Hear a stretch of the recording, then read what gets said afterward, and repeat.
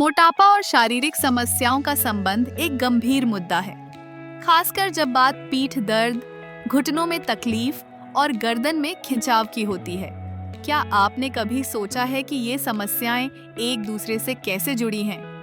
मोटापा केवल एक संख्या नहीं है, ये हमारे शरीर पर कई तरह से असर डालता है। जब हमारा वजन बढ़ता है, तो हमारे जोड़ों पर अतिरिक्त दबाव पड़ता है। घुटनों में तकलीफ का एक बड़ा कारण यही है। हर कदम के साथ हमारे घुटने उस वजन को सहन करते हैं जिससे दर्द और सूजन बढ़ सकती है।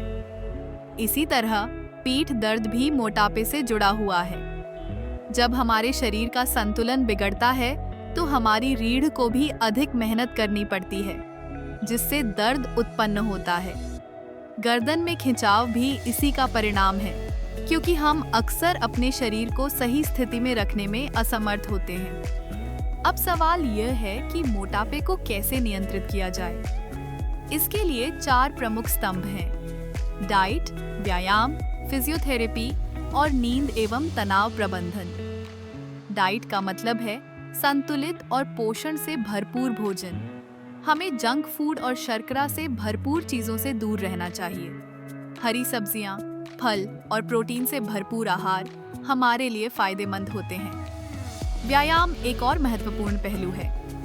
नियमित व्यायाम न केवल वजन कम करने में मदद करता है, बल्कि यह हमारी मांसपेशियों को मजबूत भी बनाता है। योग और स्ट्रेचिंग से पीठ और गर्दन के दर्द में भी राहत मिलती है। फिजियोथेरेपी एक प्रभावी उपाय है, खासकर जब दर्द बढ़ जाता है। एक अच्छे फिजियोथेरेपिस्ट के मार्गदर्शन में हम अपनी मांसपेशियों को सही तरीके से मजबूत कर सकते हैं और दर्द को कम कर सकते हैं। नींद और तनाव प्रबंधन भी बहुत जरूरी है। जब हम ठीक से सोते हैं, तो हमारा शरीर खुद को ठीक करने में सक्षम होता है। तनाव भी मोटापे का एक बड़ा कारण है, इसलिए ध्यान और अन्य तनाव प्रबंधन तकनीकों का अभ्यास करना चाहिए। अंत में, मोटापे का स्वास्थ्य पर गहरा प्रभाव पड़ता है। यह केवल शारीरिक समस्याएं नहीं लाता, बल्कि मानसिक स्वास्थ्य पर भी असर डालता है। इसलिए मोटापे को नियंत्रित करना न केवल हमारे शरीर के लिए, बल्कि हमारे मानसिक स्वास्थ्य के लिए भी आवश्यक है। इसलिए अगर आप इन समस्याओं का सामना कर रहे हैं, तो आज से ही इन उपायों को अपनाना शुरू करें। स्वस्थ जीवन शैली अपनाना ही सबसे बड़ा समाधान है। अगर आपको ये वीडियो इन्फॉर्मेटिव लगा हो, तो प्लीज़ इस चैनल को सब्सक्राइब कीजिए, वीडियो को लाइक कीजिए और ज़्यादा से ज़्यादा लोगों को शेयर कीजिए।